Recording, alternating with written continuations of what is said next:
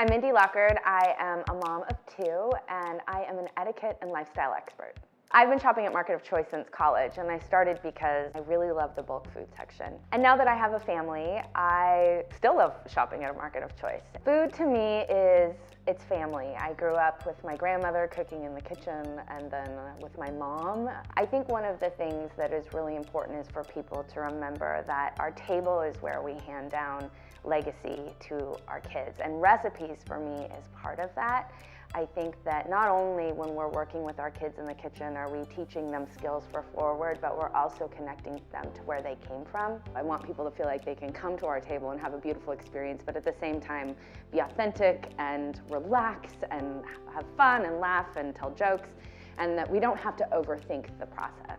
My goal for these segments, and I'm really excited about them, is to get families back to the table, to provide really simple tips and tricks for making meals that are affordable and really, really easy, and also to get your kids involved. It's gonna be so fun.